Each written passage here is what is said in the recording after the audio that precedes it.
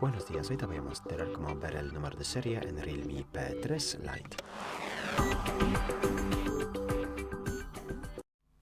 El número de serie siempre aparece en la caja de nuestro dispositivo en la etiqueta. También aparece en ajustes.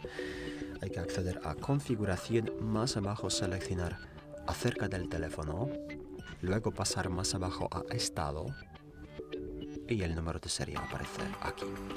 Y también podemos ver el número de serie al marcar este código secreto en teléfono. Abrimos entonces el teclado y marcamos aquí este código asterisco numeral 06 numeral. Así en la pantalla aparecen los números email y el número de serie junto con el código de barra. Te lo repito, el código es este, a ver, puedes hacer captura de pantalla, apuntarlo.